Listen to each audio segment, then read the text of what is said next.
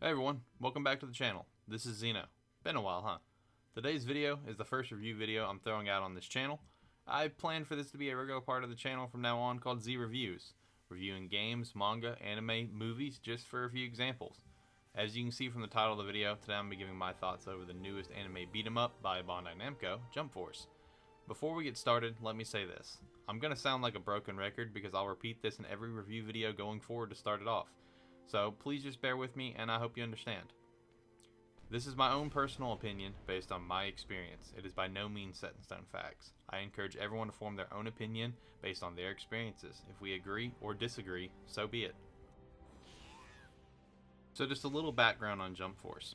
Jump Force is the 7th installment to the Jump crossover series. The second that has come over to the West, first being J-Star's Victory Versus for the PS3, and the PS4 port J-Star's Victory Versus Plus. Jump Force was created with the base premise being that our world, meaning the real world, and the Jump worlds got all slapped together.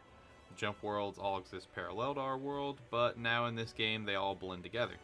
Almost everything out there has upsides and downsides, and the same goes for this game. So let's take a look at what's good and bad about Jump Force. I'll start with the good. My first positive, when I first saw the trailer at E3 2018, the first thing that caught my eye was the graphics. I thought then and now that the visuals for the characters look stunning. Almost all of the manga character models to me looks very top notch. I enjoy the battle visuals that each character puts off when using their moves. Moves like Yugi's Slifer the Sky Dragon, broken, Naruto's Tailed Beast Bomb, or even Ryo's XYZ. All of these moves and more are extremely visually appealing and just breathtaking animation sequence.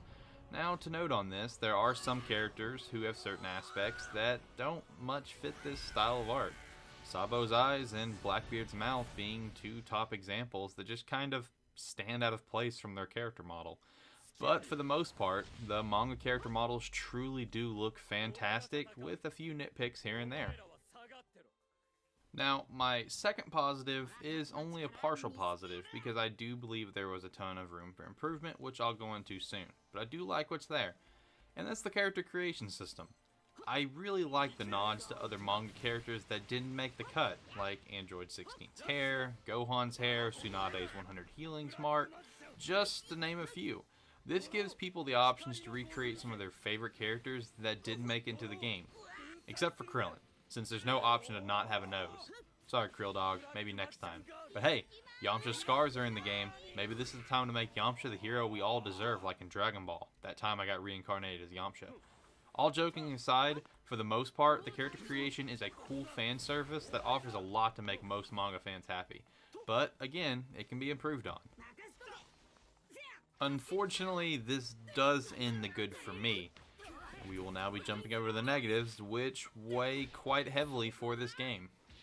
First, let's pick up where the good left off and start with the character creation system. While I do like what's there, I believe could be a ton of room for improvement. Adding in more cosmetic features for your avatar, more hairstyles, facial features, and markings. This is honestly a small negative to me because they do offer quite a bit, so I kind of feel like I'm nitpicking a little bit on that, calling it a negative. But tying into this negative, I do also wish they gave you more Jump Force original clothing to choose from for your avatar that allows you to custom recolor instead of all of the manga character attires and a couple of recolors for it. This is cool for most manga fans, but there's also other fans that would really like to make their character truly original in the sense of design and stand out from the others. It's similar to how in Dragon Ball Xenoverse and Xenoverse 2, you could get almost every character's attire and you were not given the option to recolor them, but you also had some original clothing that you could purchase as well and recolor how you saw fit, which was a cool little aspect that they added into both the Xenoverse games that I feel like they kind of missed the mark on adding in for this one. Again, this is a small negative because I do feel like I am nitpicking, but it is something that I wish could have been improved on for sure. Now, the first negative that I threw out there, it was a small negative. I do feel like I was nitpicking a little bit, but everything from here on, this is some pretty big stuff for me, and from what I've seen online, some of this is also pretty big for other people. Especially this first one that I'm going to talk about. This seems to be the biggest complaint, and that is these freaking cutscene animations. Okay, if you've looked up anything on Jump Force reviews or whatever, I'm sure you've seen some of the stuff that I'm referring to.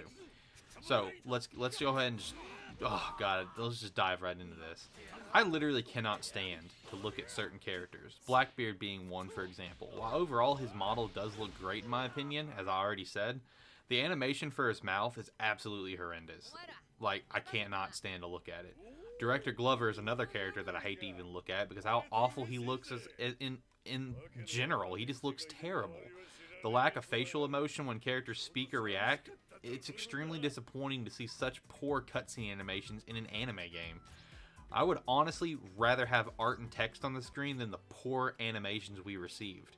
I know anyone that has looked in these reviews has probably seen like the messed up neck for your custom character at the beginning that someone captured in a stream, or Frieza magically floating up in the air without moving a muscle, where it just like looks like he was like just picked up by like a puppeteer or something.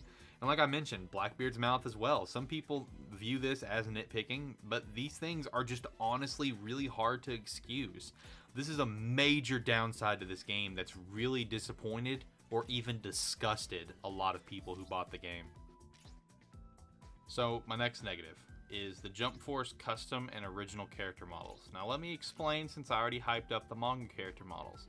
Yes, I do believe the manga character models look fantastic, but your created character and the Jump Force original characters do not. In fact, they don't even look like they belong in the same game. If I had to grade the three types of models, manga characters be 1, your character at 2, and the original characters dead last. It's like we have 3 different games mashed up into one based on design, or we had people who couldn't decide what kind of art style to use and decided to use all 3. Director Glover, for example, looks like an action figure put into the freaking game. Again, with models this bad, I would much rather have just art and text on the screen instead of cutscenes, any day of the week. Next up, the lack of meaning for the teams. This one has some positive to it for me, but overall is negative. When you join Jump Force as your character, you're given the option to join a team. Team Alpha led by Goku, Team Beta led by Luffy, or Team Gamma led by Naruto. You get to meet the team members and learn what the team is apparently about, except for Team Beta. All Luffy told me is to basically join if I want to be a pirate, and we have Sanji, so we have the best food. Anyway, while this is an awesome concept and idea, mashing up characters from different mangas on different teams based on skill set, it ultimately doesn't matter. Nothing really special happens out of it, and because of that, it's a negative.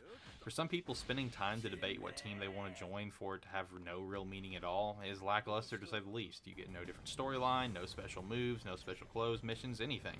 The only thing you get is your starting moves based on whose team you join. And after that, you can just get everyone's moves for your character by buying them. Ultimately, deciding what team you want to be on comes down to which series you like the best. Dragon Ball, Naruto, or One Piece. Nothing else really matters besides your starting moveset. That's all that really comes out of it. Pretty disappointing, to say the least. Next, we have the hub world. The jump base feels very bland and honestly oversized for the amount there is to do, which is not much. There's just not a lot going on in the hub world and could definitely be improved on. I will say that each of the team's areas look cool because they are designed and based on the series the leader is from, so that was definitely cool to see walking into each of the team bases. But other than that, the hub world doesn't really have anything to offer to you. It's just overall pretty basic. And lastly, the gameplay. While the visuals for everyone's moves or transformations is great, the fighting gameplay itself is not. It's ultimately another game of who can spam the most attacks or who can spam the same few buttons the fastest. Now, going into this game, we all ultimately knew that's what this was going to be, but the level we got is mind-blowing to me. I've literally spammed Rasen Shuriken time and time again, trapping an opponent for the victory. It's not fun for me or the opponent. It just leaves a boring feeling and a feeling that no one is actually good or bad at this game. Overall, the gameplay it feels very empty, and it's tough to stay entertained for it, at least for me. I've had to sit down and really force myself to play this game, which is not something that I want out of a game.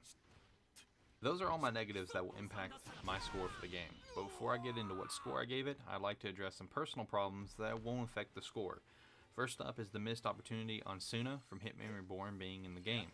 Going into this game and seeing all the announcements and leaks, the one single character I wanted in the game was Suna. I kept hoping and hoping, ultimately to be disappointed in the end. I view it as a shame that Soon and Reborn didn't get any sort of recognition in the game. I understand Reborn never made it to the West, but while Reborn was active during its run, it was considered one of the best just behind One Piece, Naruto, and Bleach, and still carries a strong fan base in Japan to this day. It's possible he could still come as DLC, but with the recent data mining leak, it doesn't look too likely. Also tying into Soon not being in the game, other popular manga characters that didn't receive recognition is also disappointing as a manga fan. Characters like Gintoki, Toriko, Koro Sensei, just to name a few. But based on the seriousness they try to go for in the story, I understand to a point why some characters didn't make it, like Gintoki, but it's still a shame nonetheless to miss out on those characters. My next personal issue is the DLC characters, if the DLC leak ends up being true. While I support all the characters being added, I think they should have already been in the game. DLC was a perfect chance to add characters in the game that didn't exactly fit the story, like Gintoki for example, but deserved a spot. So while I understand the DLC characters, and it's all notable characters in manga series to help push DLC sales, it's still disappointing at the end of the day for me. That being said, that's all my positives, negatives, and personal opinions on Jump Force. Overall, it's not a great game. It can be fun if you play it for what it is, which is an anime crossover beat 'em up, and stick strictly to that. I do believe if you're a huge manga fan, you should try this game, just to play around with it, but for the right price. But for me, I'd say the right price would be $10 to $15.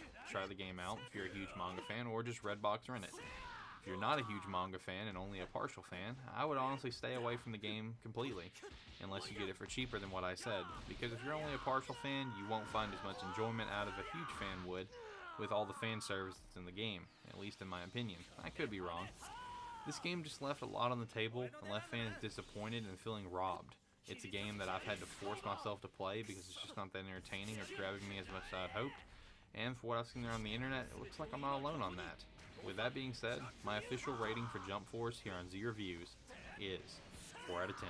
Get it for cheap, or don't get it at all. Alright guys, what did you think of my review for Jump Force? Is Z Reviews something you can get behind on this channel? What do you think of Jump Force? Am I being too harsh, or am I spot on? Drop a comment below and let me know your thoughts, and also let me know a game, manga, anime, movie you'd like to see me review in the future. Also hit the like button for me, and share the video to help the channel grow. Hit the subscribe button and notification bell for more content in the future. That's it for me. I'm Zeno, and thanks for watching, guys. Until next time.